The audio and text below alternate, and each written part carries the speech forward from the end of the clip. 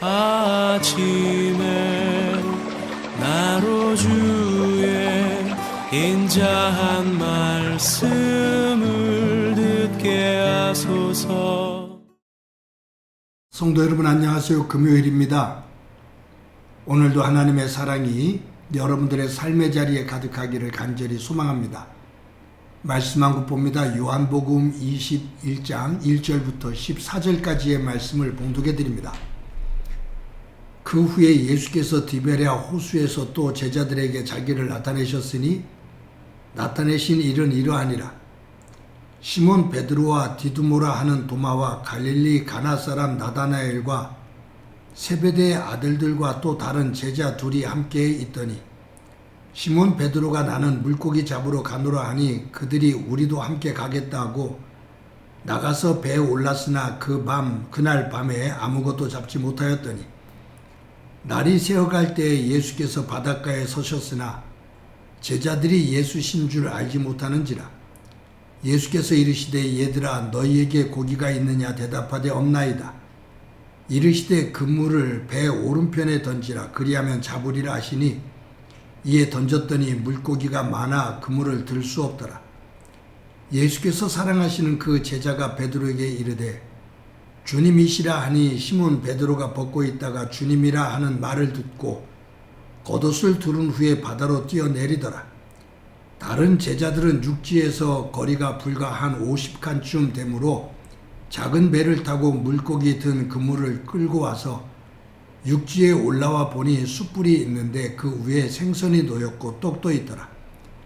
예수께서 이르시되 지금 잡은 생선을 좀 가져오라 하시니 시몬 베드로가 올라가서 그물을 육지에 끌어올리니 가득히 찬 큰 물고기가 153마리라. 이같이 많으나 그물이 찢어지지 아니하였더라. 예수께서 이르시되 와서 조반을 먹으라 하시니 제자들이 주님이신 줄 아는 고로 당신 누구냐 감히 묻는 자가 없더라. 예수께서 가셔서 떡을 가져다가 그들에게 주시고 생선도 그와 같이 하시니라. 이것은 예수께서 죽은 자 가운데서 살아나신 후에 세 번째로 제자들에게 나타나신 것이라. 아멘. 오늘 본문 마지막 절에 보면 예수님께서 세 번째로 제자들에게 나타나셨다라고 그렇게 말씀하고 있습니다. 부활하신 예수님께서 첫 번째로 제자들에게 나타나신 것은 안식일이 지난 첫째 날 저녁 때 제자들이 유대인들이 두려워서 마가다락방에 숨어 있을 때 문을 걸어 잠그고 숨어 있을 때 예수님께서 그곳에 나타나셔서 너희들에게 평강이 있을지어다 라고 그렇게 말씀하시면서 첫 번째로 나타나셨죠. 두 번째가 언제냐 하면 똑같은 마가다락방인데 첫 번째 만났을 때 나타나셨을 때 거기 도마가 없었거든요. 예수님 부활하신 예수님을 만났다는 제자들의 말을 듣고 도마가 믿지를 않아요. 그런데 8일이 지나서 예수님께서 그곳에 다시 오셨어요. 그리고 도마에게 예수님께서 십자가에 달리실 때 못 바뀌었던 손자국, 발자국 그리고 창에 찔렸던 허리 옆구리에 손을 대게 만드십니다. 그러니까 만지게 해요. 그때 도마가 예수님의 그 못 박힌 상처를 손으로 만진 다음에 확인한 후에 무릎을 꿇고 나의 주님이시요 나의 하나님이십니다 라고 고백을 합니다. 오늘 세 번째는 베드로를 중심으로 한 대부분의 제자들이 갈릴리로 갑니다. 예수님을 만나기 이전에 많은 제자들이 어부였거든요. 갈릴리 호수에서 물고기를 잡아 생계를 살아갔던 사람들입니다.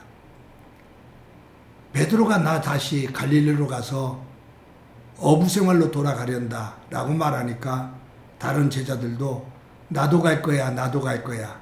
그러면서 제자들이 갈릴리로 가서 물고기를 잡으며 생활하죠. 그때 예수님께서 그곳에 나타나셔서 제자들을 만나셔요. 그런데 저는 성경을 읽으면서 제자들에게서 이해가 안 되는 것이 하나 있습니다. 예수님이 십자가에 달려 죽으셨잖아요. 그것이 두려워서 제자들이 다 도망가기도 했고요. 이제 두려워서 문을 걸어 잠그고 숨을 죽이고 숨는 것까지 이해가 돼요. 충분히 그럴 수 있어요. 그런데 부활하신 예수님께서 제자들에게 나타나셨잖아요. 당신의 부활하신 몸을 제자들에게 보여주셨어요. 그것을 믿지 못하는 도마에게 또 나타나셔서 같이 다 제자들이 함께 있을 때잖아요. 도마도 같이 있었고요. 두 번째로 나타나셔서 도마가 직접 예수님의 못 박힌 손과 그 창에 찔렸던 옆구리를 만지고 확인한 다음에 무릎을 꿇고 나의 주인님이라고, 나의 하나님이라고 고백을 해요. 그러면 그 이후에 어떤 일이 일어날 것 같아요? 죽으신 예수님께서 하나님의 능력 가운데 부활하셨어. 그 부활하신 주님이 직접 나타나셨고 우리가 그분을 만났고 나는 그분의 못자국과 창자국을 내 손으로 만졌어. 이것은 부인할 수 없는 사실이야. 죽으신 주님 부활하셨어. 라고 바깥으로 뛰쳐나가 사람들에게 예수님 부활하셨다라고 전할 것 같지 않아요? 놀라운 사실을. 그런데 부활하신 주님을 두 번씩이나 만난 제자들이 바깥으로 뛰쳐나가 예수님 부활하셨습니다 라고 외치는 것이 아니라 자신들이 예수님을 만나기 이전, 예수님을 따르기 이전의 생활이었던 갈릴리 어부 생활로 돌아가요. 전혀 예수님과 관계가 없어요. 부활하신 예수님과 전혀 관계가 없어요. 그냥 아무 일이 없었던 것처럼 갈릴리로 돌아가서 어부 생활로 돌아가요.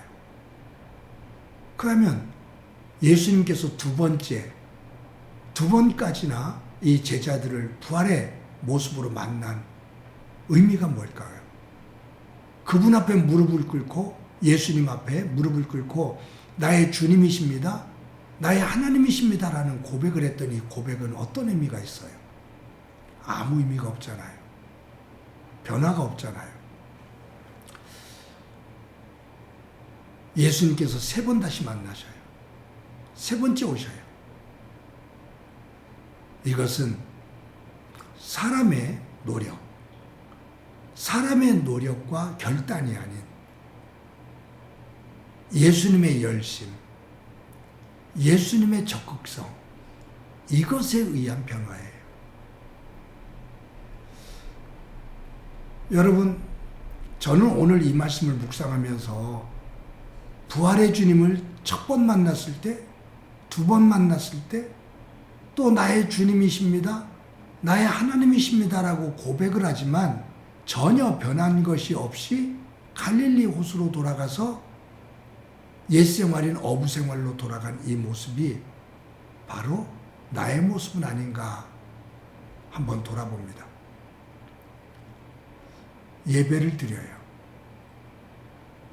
여러분, 저와 여러분이 예배를 드리고 참 오늘 은혜를 받았다, 또 찬송을 부르면서 은혜를 받았다, 또 내가 어느 순간 기도를 하면서 하나님 앞에 은혜를 받았다, 하나님 안에서 내가 도움을 받아서처럼 놀라운 경험을 했어 라고 우리가 고백을 해요. 내가 예배를 통해서 또 내가 성경을 읽으면서 기도를 하면서 생활하는 가운데 하나님의 은혜를 곳곳에서 때에 따라 경험을 하고 고백을 하거든요. 그런데 그 은혜를 받았다고 고백을 하는 내 삶이 은혜를 받은 자답게 변하고 있는가? 은혜를 받았다라고 말하면서 그냥 제자리에 돌아가 있는, 은혜는 받았다고 말하는데 전혀 변화가 없이 은혜를 받기 이전의 삶의 자리, 그 영적인 상태에 그대로 머물러 있는 것은 아닌가 하는 생각을 한번 해봅니다. 반성하는 거죠. 제자들의 일한 모습을 보면서 저를 보고 반성하는 거죠. 아, 내가 하나님 안에서 은혜를 받았다면 거기에 걸맞게 조금이라도 바뀌어야 되는데. 사랑하는 성도 여러분, 제자들이 변할 때까지 예수님께서 만나주시고 또 만나주시고 또 만나주시고, 사실 이 제자들이 예수님을 따랐던 이유, 그러니까 베드로를 부르실 때, 처음에 부르실 때 내가 너를 사람 낚는 어부로 만들 테니 나를 따르라 라고 명하실 때 베드로가 배와 그물을 버려두고 예수를 쫓으니라. 근데 다시 베드로가 다시 그 배와 그물로 돌아와 있잖아요. 예수님께서 또 만나주셔요. 그러면서 또 부르셔요. 변화의 자리로 또 초대하셔요.